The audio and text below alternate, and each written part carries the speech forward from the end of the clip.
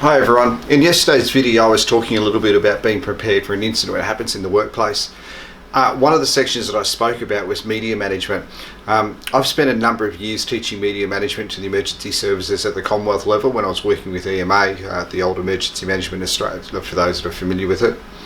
And there's a number of things that we always spoke about when we did media training for the agencies. First and foremost, you need to remember that you're presenting the business or your organisation. So a couple of things you need to be mindful of in terms of presentations. You should always make sure you've got the correct uniform or a neat and clean dress code that you're wearing at the time. Remember, you're portraying your business and your organisation. It's really important that you stand up straight. There's a lot to be said around body language and things like that. It portrays, negativity and so forth. You don't want that. You need to be very careful with the use of jargon, particularly in the health and safety industry. We're renowned for some of the jargon, the acronyms and things like that. You need to remember that you're putting out a message to the media and to the public and to the community and friends and family and so forth, and you don't want to have it contaminated or polluted with lots of jargon that people don't understand. The other thing is it's really important that you actually offer information that you obviously can offer information on, as opposed to having it extracted from you all the time by the person who's undertaking the interview or things like that. In terms of the actual interview itself, it's really important that you know your key message and stay to that message. This is what's happened, this is what I can tell you.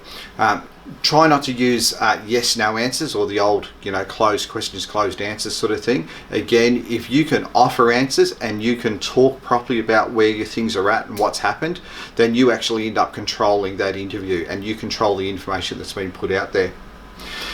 In terms of tricky questions, there's no doubt they're going to come up at some stage. Have a think about some of the things you can and can't say again. So for example, it might be that the incident is still under investigation and it's obviously inappropriate for me to comment further, I should say. What I can say is, and then go from there. Also think about things like, at this stage it's too early to tell, however we'll let you know as soon as we can. In the meantime, we're asking people to do this. Another one is we understand completely the concerns of friends and family, and we're working as quickly as we can with the regulators to confirm specific details. So don't leave people out.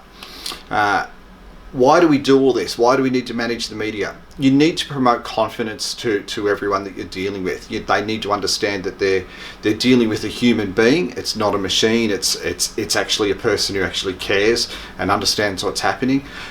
It also helps to try and avoid negativity.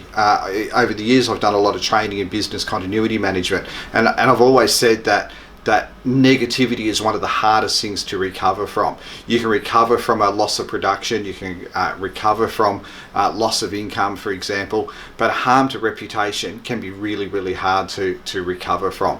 So, don't ignore the media. The media has a really funny relationship with people. No, go back the other way. People have a funny relationship with media, and they don't need to. The media can actually help you. They can actually work with you and for you. You just need to understand how you communicate and what you're communicating with. I hope that helps when it comes to media management.